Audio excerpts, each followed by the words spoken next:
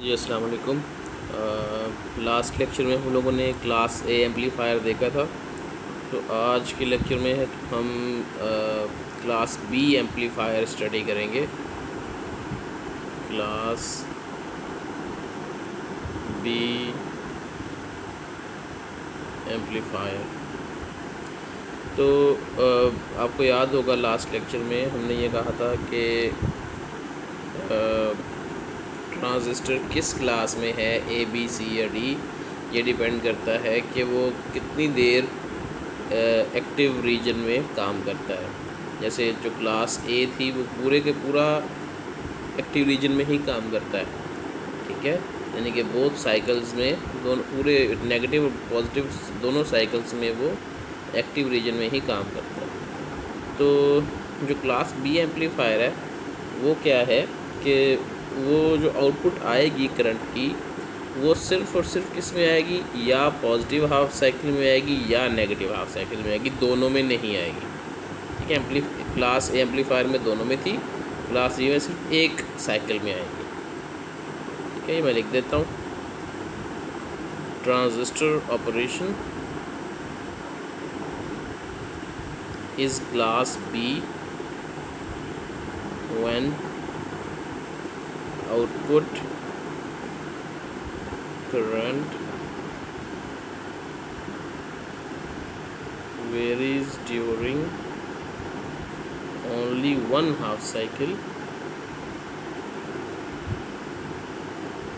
Positive और negative, ठीक है।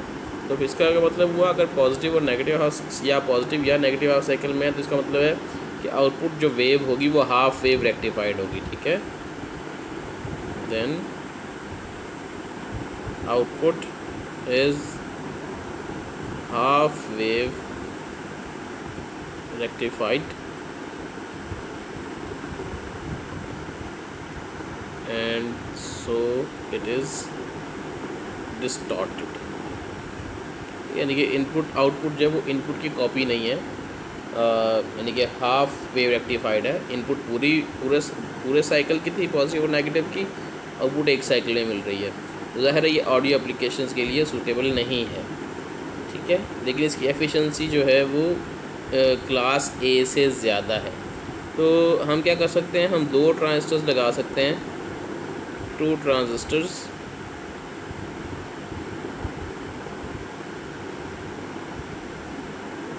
combined can perform in both cycles, ठीक है। हमने कहा है ना कि क्लास बी जो है वो सिर्फ एक साइकिल में काम करता है, पॉजिटिव और नेगेटिव।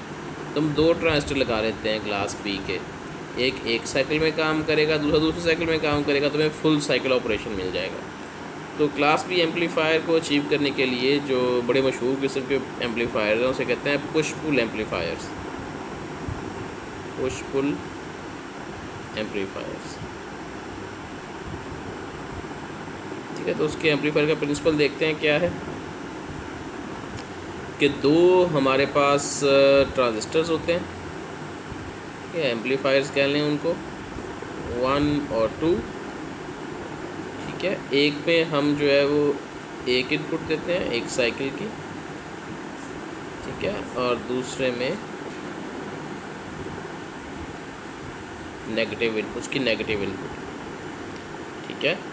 तो जो हमारी इसकी आउटपुट होती है वो सिर्फ पॉजिटिव साइकिल में होती है ऐसे, और जो इसकी इनपुट होती है, आउटपुट होती है सॉरी, वो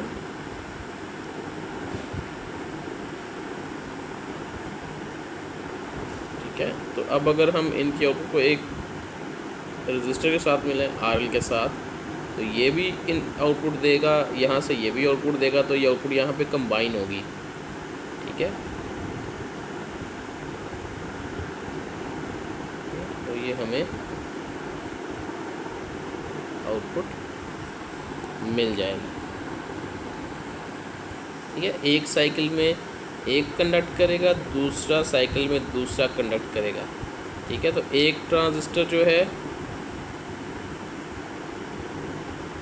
वो पुश करता है, दूसरा पुल करता है, ठीक है। तो एक साइकिल में एक काम करता है, दूसरी साइकिल में दूसरा काम करता है, तो ये हमें फुल साइकिल का ऑपरेशन मिल जाता है।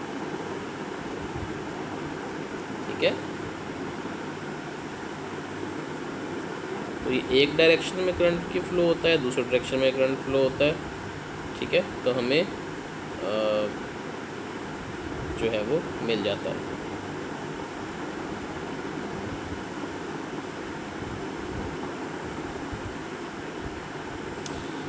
तो अभी हम पुश पुल एम्पलीफायर बनाते हैं with transformer, output transformers, push pull amplifiers with output transformers. ठीक है। मैं सर्किट बनाता हूँ।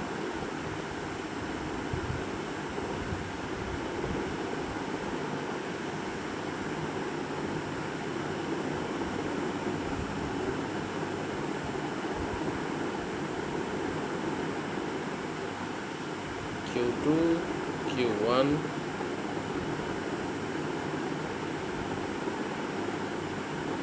कोर,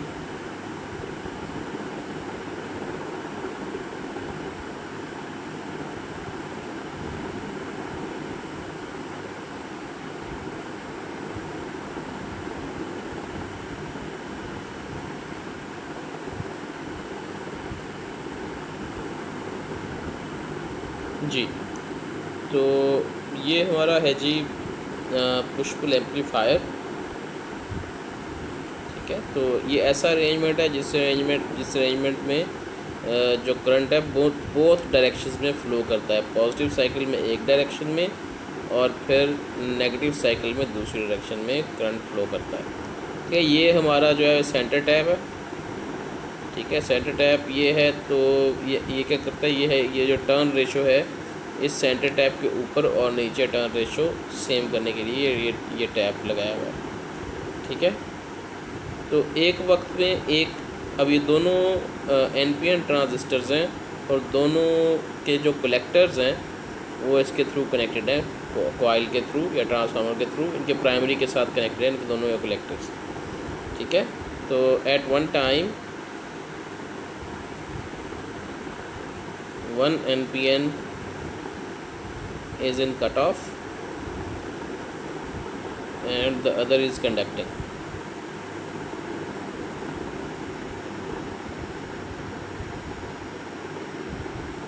ठीक है। कलेक्टर बोथ जो यानी कि हमने हमारे NPN ट्रांजिस्टर के कलेक्टर्स हमने वाइंडिंग के साथ लगाए हुए हैं, और सेंटर टैप हमने भी देख लिया है कि सेंटर टैप जो है वो वाइंडिंग्स को मेक श्योर करने के लिए था कि दोनों साइडों पे इस टैप के ऊपर और नीचे सेम वाइंडिंग्स हो।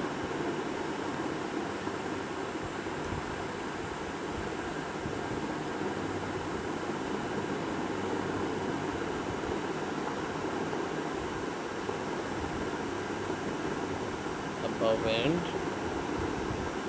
below the tap। ठीक है। तो अब ये देखते हैं कि ये ऑपरेशन कैसे परफॉर्म करता है पुश पुल एम्पलीफायर।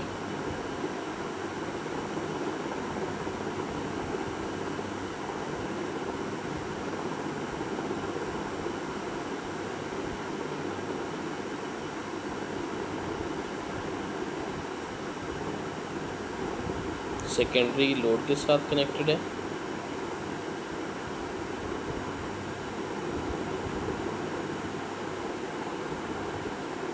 ठीक है। तो ये बैटरी की वजह से डायरेक्शन ऑफ करंट जो है वो हमारा IC1 यहाँ ये होगा और IC2 ऐसे हो।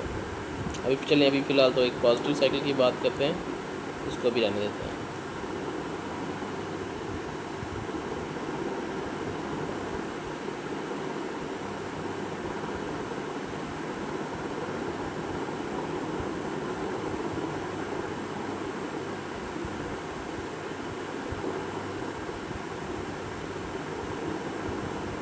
ठीक है। तो पॉजिटिव साइकिल में ये Q1 कंडक्ट करेगा, Q2 कट ऑफ होगा और करंट की डायरेक्शन ये होगी। करंट की डायरेक्शन ये होने की वजह से आपका जो ट्रांसफार्मर है उसकी डायरेक्शन भी, हमारे जो करंट की डायरेक्शन है वो ये होगी। ठीक है,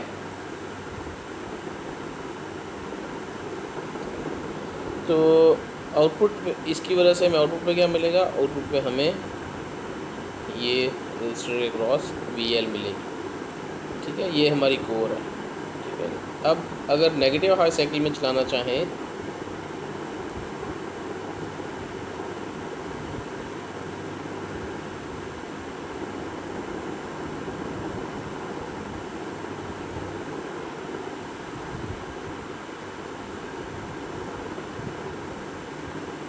नेगेटिव हाफ साइकिल में अगर चलाना चाहें तो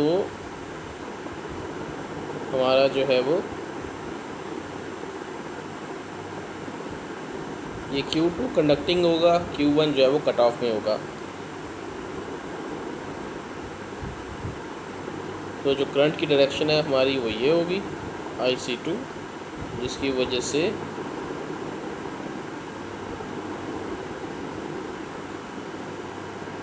जो हमारा सेकेंडरी में करंट है उसकी डायरेक्शन हमारे पास ये होगी।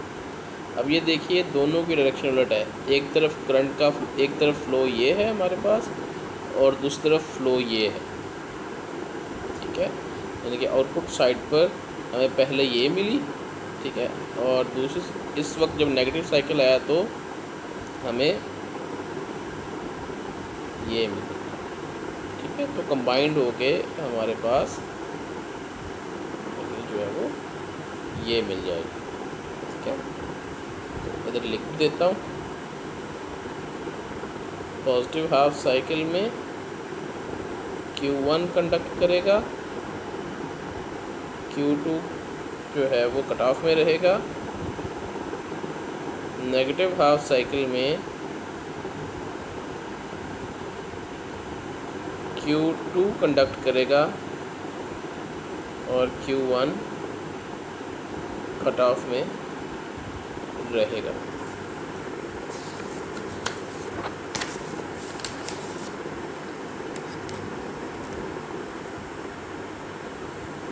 ठीक है,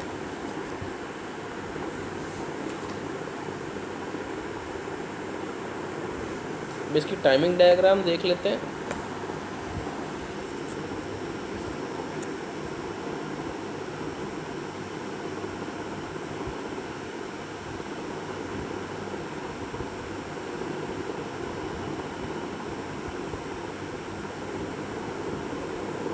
टाइमिंग डायग्राम है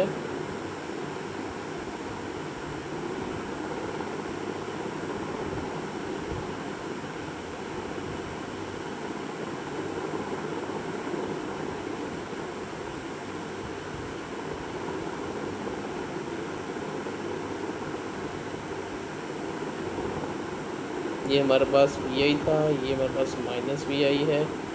अभी IC बनाते हैं।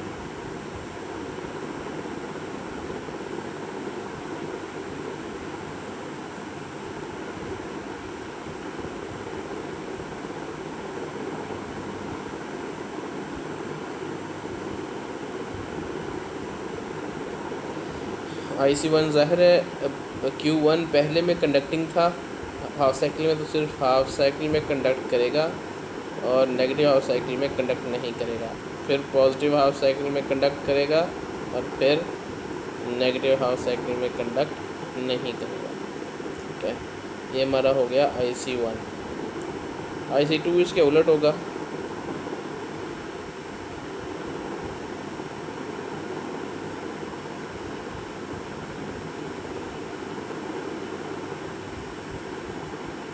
IC2 में इसमें कंडक्ट नहीं करेगा। ठीक है, इसमें कंडक्ट करेगा, इसमें कंडक्ट नहीं करेगा और इसमें कंडक्ट करेगा। ठीक है, IC2 ये इसका पीक करंट था, ये इसका -I। ठीक है, फिर जो सप्लाइड लोड है उसकी बात कर लेते हैं।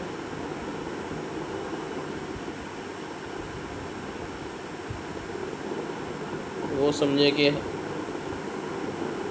रेक्टिफाइड आउटपुट होगी। तो हर साइकिल में हमें करंट मिल रहा है, कम होता है ज़्यादा होता है, कम होता है ज़्यादा होता है, आई एस।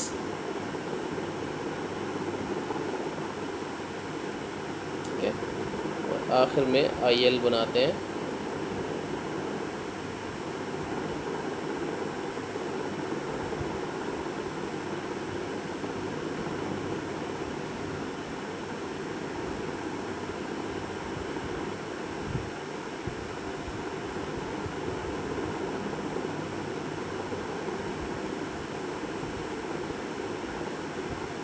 इनपुट की तरह की आई, ये पॉजिटिव हाफ साइकिल में भी हो रहा है, नेगेटिव हाफ साइकिल में भी हो रहा है, पॉजिटिव में भी हो रहा है, नेगेटिव में भी हो रहा है। ठीक है, तो ये हमारी टाइमिंग डायग्राम थी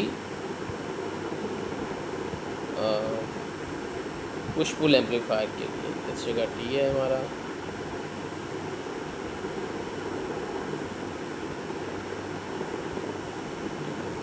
तो अब बात करते हैं क्लास बी की एफिशिएंसी की।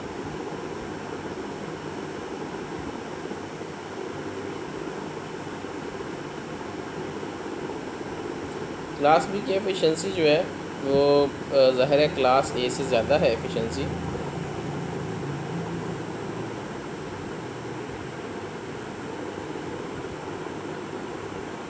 क्लास बी की एफिशिएंसी जो है वो ज़्यादा है क्लास ए से, because of no collector resistance.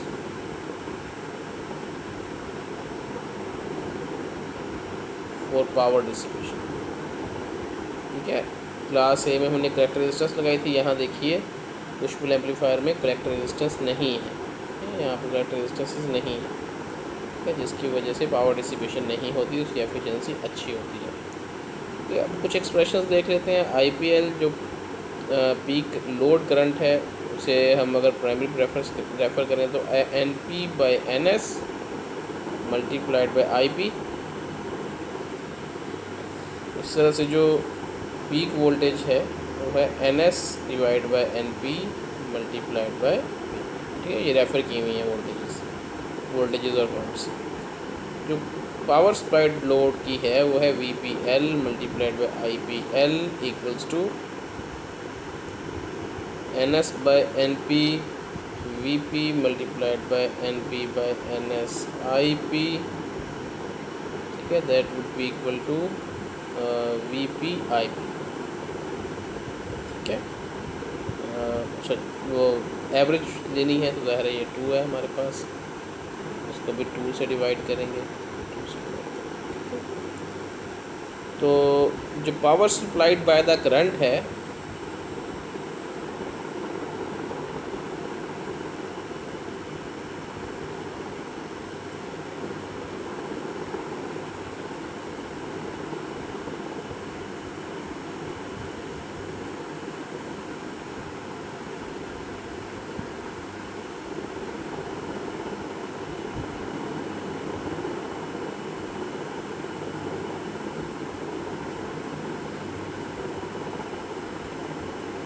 क्या वो हमारे पास है 2 IP बाय पाई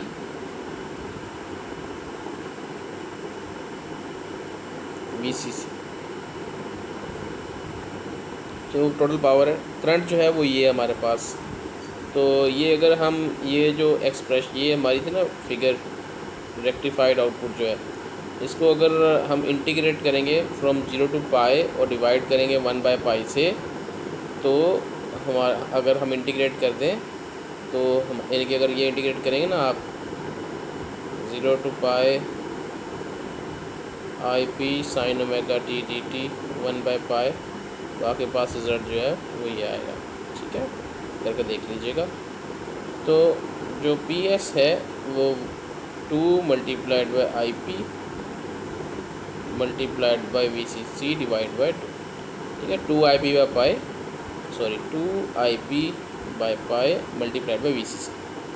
ठीक है, तो जो हमारी एफिशिएंसी है वो PL बाई PS है, यानी VP IP by 2 divide by PS 2 IP VCC पाई ऊपर जाके मल्टीप्लाई हो जाएगा। ठीक है,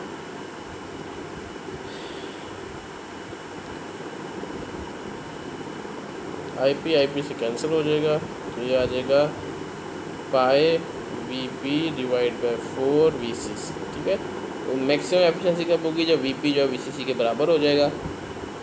ठीक है, max equals to pi V C C by V C C equals to pi by 4 equals to 0.785। ठीक है, 78.5। ज़ाहिर है ये काफ़ी ज़्यादा है क्लास ए की निस्बत। ठीक है, eta max of class B is greater than, much greater than eta max of class A. ठीक है,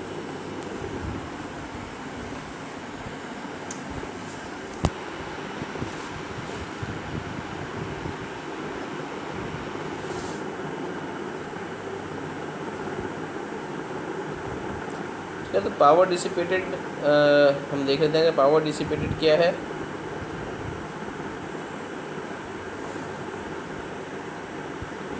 तो पावर डिसिपेटेड अगर तो कोई इनपुट नहीं है ना, तो पावर डिसिपेटेड जो होगी वो ज़ीरो होगी, क्योंकि दोनों ट्रांजिस्टर जो है वो स्टैंड बाय मोड में होंगे। ठीक है, तो फिर पावर डिसिपेटेड क्या होती है, पावर सप्लाइड माइनस जो लोड ने पावर ली वो। तो इसमें हम वैल्यूज़ पुट कर लेते हैं, 2 I P V C C by pi, ये भी निकाल चुके हैं हम, minus I P V P by. ठीक है, तो जो पी डी मैक्स है वो ज़्यादा से ज़्यादा कब होगी, यानी कि उस वक्त होगी पी डी मैक्स जब वी पी जो है वो 2 वी सी सी ओवर पाई हो जाएगा। ठीक है, तो ये कंडीशन हम कैलकुलस से डेरिवेटिव लेके निकाल सकते हैं, इक्वल्स टू ये वैल्यू। तो इसका मतलब ये है कि 2 बाई पाई को सॉल्व करें तो V P would be equal to 0.636 V C C. ठीक है, इस जगह पर पी यानी कि ये देखिए एफिशिएंसी कब मैक्सिमम हुई थी, जब वी पी वी सी के बराबर आई थी। लेकिन मैक्सिमम डिसिपेटेड पावर कब ज़्यादा होगी, जब V P 0.636 times of V C C होगी, पूरी वी सी सी के बराबर नहीं होगी। ठीक है, तो अभी एग्जांपल देख लेते हैं, पुश पुल एम्पलीफायर की।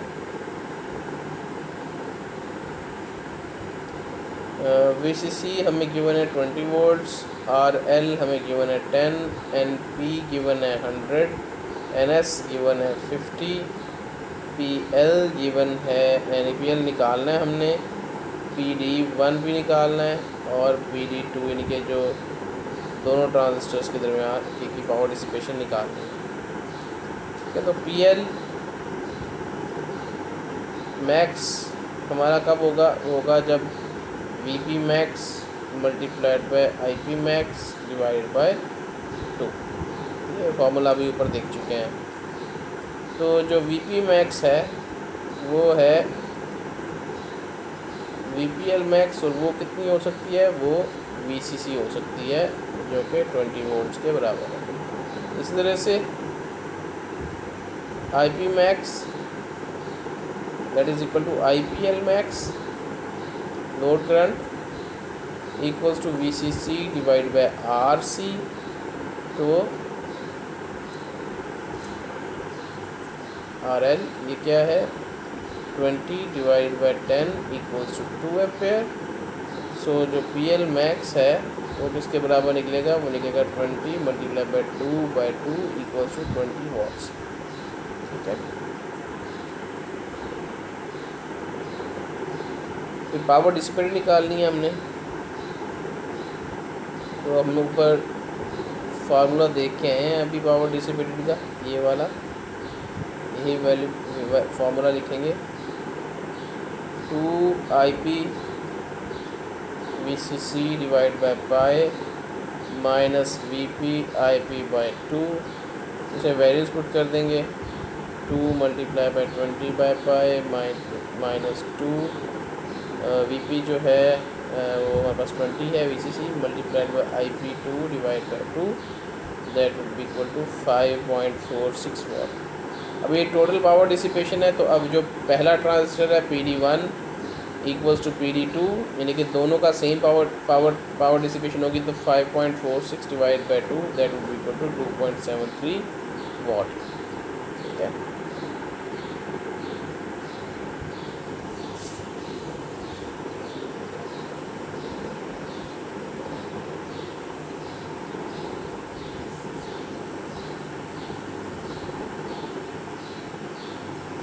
तीसरा उसने कहा है जी कि आप PD मैक्स निकालें जब VP जो है वो 0.636 हो जाए VCC के बराबर, जो भी हमने थोड़ी देर पहले कंडीशन देखी है।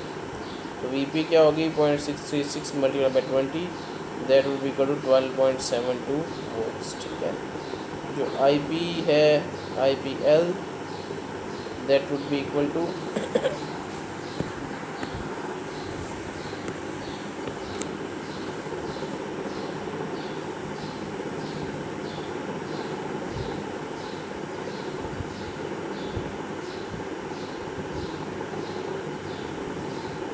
12.72 डिवाइड बाई 10 क्या है हमारे पास, RL की वैल्यू है 1.272 एम्पेयर। इसका जो PL है वो है हमारे पास VP IP divide by 2, that is equal to 12.72 multiplied by 1.272 by 2, that is equal to 8.09 watts. ठीक है, और जो PD मैक्स है वो है हमारे पास 2IP VCC divide by pi minus VP IP by 2। तो ये सारी वैल्यूज हमने निकाल चुके हैं, इसे वैल्यूज पुट करेंगे तो रिजल्टिंग हमारे पास वैल्यू 8.09 वाट आएगी। तो इसी तरह से जो PD1 और PD2 होंगे वो इक्वल पावर डिसिपेट करेंगे, तो 8.09 divide by 2 that would be equal to 4.05 watt. ठीक है,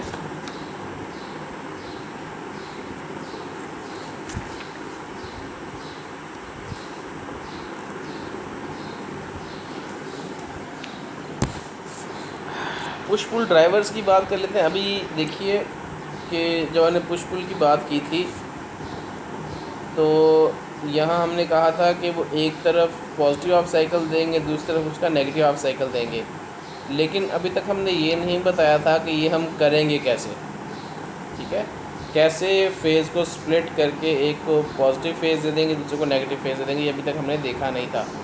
ठीक है, तो अब हम देखेंगे कि ऐसा कैसे कर सकते हैं। इसको कहेंगे push pull drivers, push pull drivers.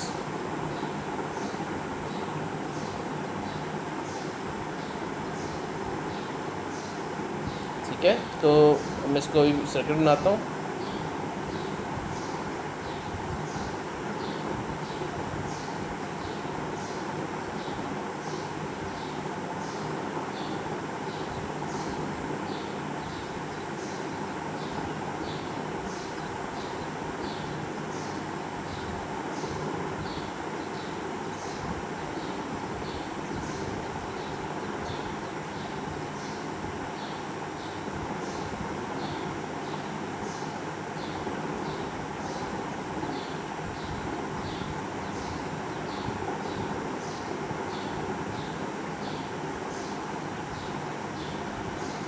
बिल्कुल वही पुश पुल एम्पलीफायर है। ठीक है, लेकिन अब हमने यहाँ पे इनपुट, जहाँ पहले कुछ नहीं लगाया था, अब इसकी जगह पे हमने ये इनपुट पे ट्रांसफार्मर लगाया हुआ है। ठीक है, सेंटर टाइप ट्रांसफार्मर लगाया हुआ है। इसको हम इनपुट देंगे फुल फेज़, यानी कि पॉजिटिव और नेगेटिव हाफ साइकिल। तो ये क्या करेगा, ये जो सेंटर टाइप के ऊपर वाली जगह है यहाँ पे हमें देगा स्प्लिट करके। ठीक है, यहाँ पे देगा स्प्लिट करके। ये बिल्कुल ऐसा ही है जैसे हम रेक्टिफायर में ये सेंटर टाइप ट्रांसफार्मर लगाया करते थे जब डायोड्स और ब्रिज रेक्टिफायर डायोड वगैरह का हम देख रहे थे। तो ये होगा क्या कि सेंटर टैप के ऊपर वाली साइड पर ये अगर हम लेट्स से ये 6 वोल्ट्स की भेज रहे हैं तो क्या होगा कि ये 3 वोल्ट की हमें देगा ऊपर वाली साइड पर, -3 वोल्ट की देगा इस साइड पर, और यहाँ पर आकर कंबाइंड डिफरेंस आएगा वोल्टेजेस का। यानी कि अगर VA आपका +3 वोल्ट्स हैं, +3 वोल्ट, और VB आपका है -3 वोल्ट पे, ज़ाहिर है जबकि अपोजिट जा रहा है, तो जो VAB होगा वो होगा 3 - -3 = 6। ठीक है, इस जगह पे अगर हम देखेंगे तो हमें ये 6 मिलेगा। तो क्या होगा कि अब ये +3 है, ये -3 है। ठीक है, तो अब क्या होगा कि ये इसको ड्राइव करेगा ऊपर वाले को, और ये वाला नीचे वाले को ड्राइव करेगा। यानी कि अब इस पे हमें क्या मिलेगा, इस पे हमें पॉजिटिव साइकिल मिलेगा। ठीक है, और इस पे क्या मिलेगा, इस पे हमें नेगेटिव साइकिल मिलेगा।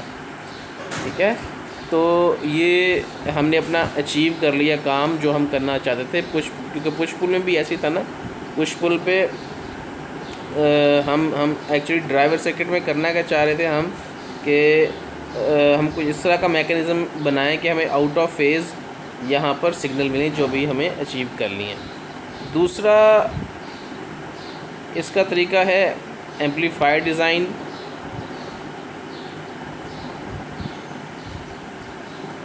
यानी कि फेज़ स्प्लिटर बनाएं।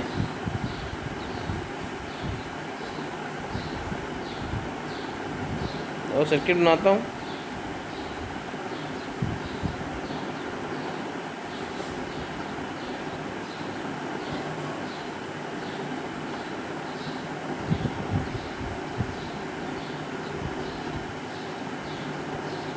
ये वही हमारा कॉमन एमिटर सर्किट है।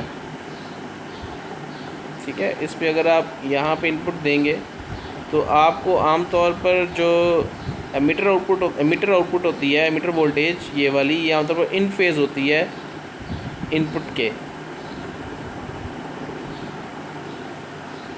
और जो कलेक्टर वाली होती है आउटपुट, वो आउट ऑफ फेज़ होती है इनपुट के। क्योंकि देखें जितनी ये वोल्टेज ज़्यादा होगी उतना जो है वो यानी कि करंट ज़्यादा होगा, होने की वजह से आपका जो IB ज़्यादा होगा, IB की वजह से IC ज़्यादा होगा, IC की वजह से IE ज़्यादा होगा, और VE ज़्यादा होगा। इसका मतलब है कि VE और VB आपस में इन फेज़ हैं। इस तरह से अगर ये ज़्यादा होता है, IB ज़्यादा होता है, IC ज़्यादा होता है, IC ज़्यादा होने की वजह से ICRC ज़्यादा होता है, और ये कलेक्टर वोल्टेज क्या होती है बोला, वो होती है VCC - ICRC। ठीक है, तो ये बढ़ने की वजह से ये कम हो जाती है। इसका मतलब है जब ये बढ़ती है तो ये कम होती है, ये आउट ऑफ फेज़ है।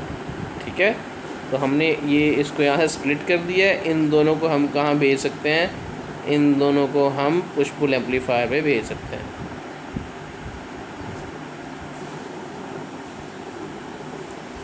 ठीक है, तीसरा जो है तरीका वो इन्वर्टिंग एम्पलीफायर लगाने का है।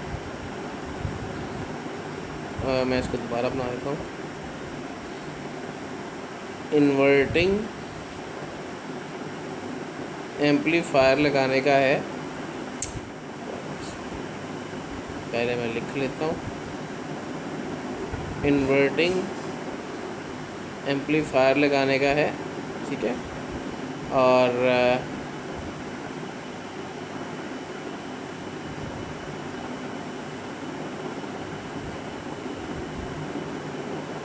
एमिटर फॉलोवर इनपुट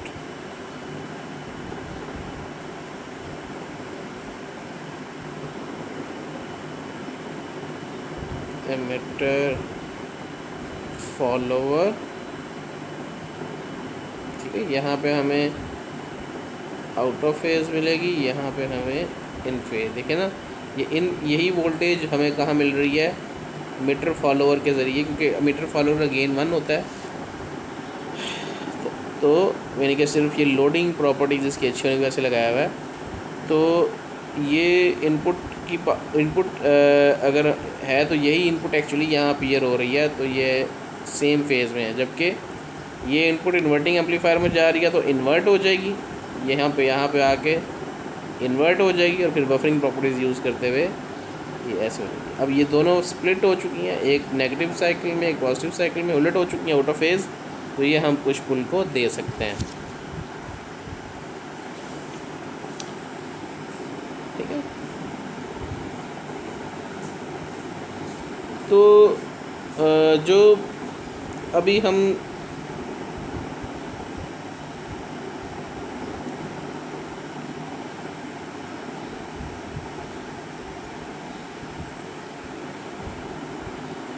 देखेंगे आगे जाके कि जो हमारा क्लास बी एम्पलीफायर है वो डिस्टॉर्शन प्रोड्यूस करता है। ठीक है, तो अभी हम देखते हैं कि डिस्टॉर्शन होती क्या है। सबसे पहले देखते हैं कि हार्मोनिक डिस्टॉर्शन क्या चीज़ है। ठीक है, ये हमें ये फोरियर एनालिसिस के ज़रिए या फोरियर सीरीज़ के ज़रिए हम कह सकते हैं कि any wave form can be represented as sum of infinite number of sine waves with different amplitudes, frequencies and phases. ठीक है, इस चीज़ को कहते हैं फोरियर एनालिसिस। ठीक है, हो सकता है ये सारे कंपोनेंट्स प्रेजेंट ना हो, कुछ कंपोनेंट्स प्रेजेंट हो, कुछ ज़ीरो हो, कुछ का एम्पलीट्यूड कम हो। ठीक है, जैसे जो स्क्वायर वेव है उसमें सिर्फ ऑड हार्मोनिक्स होते हैं। ठीक है, तो जो इसका मतलब है कि हम जो फोरियर सीरीज़ है वो लिख सकते हैं डीसी कंपोनेंट यानी कि DC value plus sinusoidal with fundamental frequency component, यानी कि साइनोसॉइड होगी with fundamental frequency plus first harmonic, ये भी साइनोसॉइड ही है यानी कि साइन वेव ही है लेकिन with different frequency and amplitude. Second harmonics plus so on. ठीक है, ये nth हार्मोनिक तक चले जाते हैं, यानी कि जो भी हार्मोनिक कंपोनेंट होगा वो पिछले वाले से उसका एम्पलीट्यूड कम होगा, यानी कि जैसे जैसे ये इसका डिग्री ज़्यादा होती जाती है वैसे वैसे उनके एम्पलीट्यूड कम होता रहता है।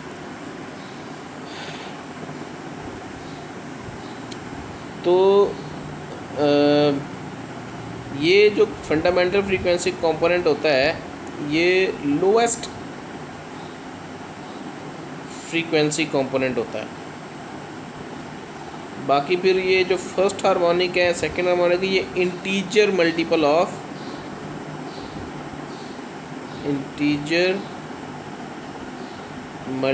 Of fundamental frequency component. ठीक है, ये फंडामेंटल फ्रीक्वेंसी कंपोनेंट के इंटीजर मल्टीपल होते हैं, यानी कि फर्स्ट हार्मोनिक का मतलब है कि फर्स्ट मल्टीपल, सेकंड हार्मोनिक का मतलब ये है कि 2 मल्टीपल, थर्ड हार्मोनिक का 3 multiple and so on and so fourth. ठीक है, तो आम तौर पर जो नॉन लीनियर कैरेक्टरिस्टिक्स होते हैं ना एम्पलीफायर्स के, नॉन लीनियर कैरेक्टरिस्टिक्स, ये रिस्पॉन्सिबल होते हैं हार्मोनिक्स के। ठीक है, तो इस nth हार्मोनिक डिस्टॉर्शन यानी किसी भी नंबर का हार्मोनिक डिस्टॉर्शन फाइंड करनी हो, nth harmonic distortion that is equal to, इसे dn से डिनोट करते हैं, it is equal to an nth component divide by first component multiplied by 100। nth component यानी कि अगर 2 कंपोनेंट्स प्रेजेंट हैं सिर्फ तो second component divide by first component. ठीक है, तो 100 an जो है वो है एम्पलीट्यूड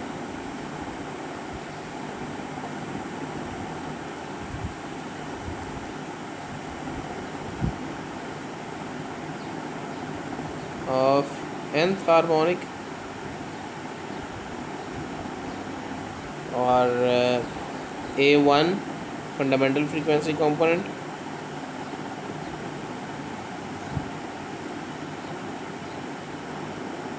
ठीक है। तो एक और डेफिनेशन है टोटल हार्मोनिक डिस्टॉर्शन की। टोटल हार्मोनिक डिस्टॉर्शन, इसको THD से डिनोट करते हैं। तो THD जो है in percentage that is equal to D2 square plus D3 square plus so on square multiplied by 100, ठीक है। तो आपको परसेंटेज टोटल हार्मोनिक डिस्टॉर्शन की निकल आएगी।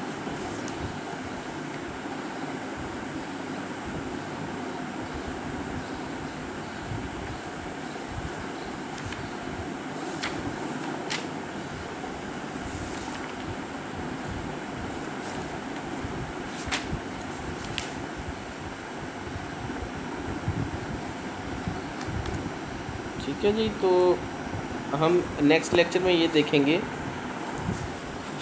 कि टोटल हार्मोनिक डिस्टॉर्शन को फीडबैक इफ़ेक्ट के ज़रिए ख़त्म किया जा सकता है, ठीक है। तो ये हम क्यों पढ़ रहे हैं चीज़ें, क्योंकि क्लास बी एम्पलीफायर जो है वो डिस्टॉर्शन प्रोड्यूस करता है, तो उसको जो है फीडबैक इफ़ेक्ट के ज़रिए ख़त्म किया जा सकता है, ठीक है। तो नेक्स्ट लेक्चर में हम फीडबैक इफ़ेक्ट देखेंगे कि डिस्टॉर्शन उससे कैसे ख़त्म होती है, और उसके आगे टॉपिक्स देखेंगे। तब तक के लिए अपना ख्याल रखिए। अल्लाह हाफ़िज़।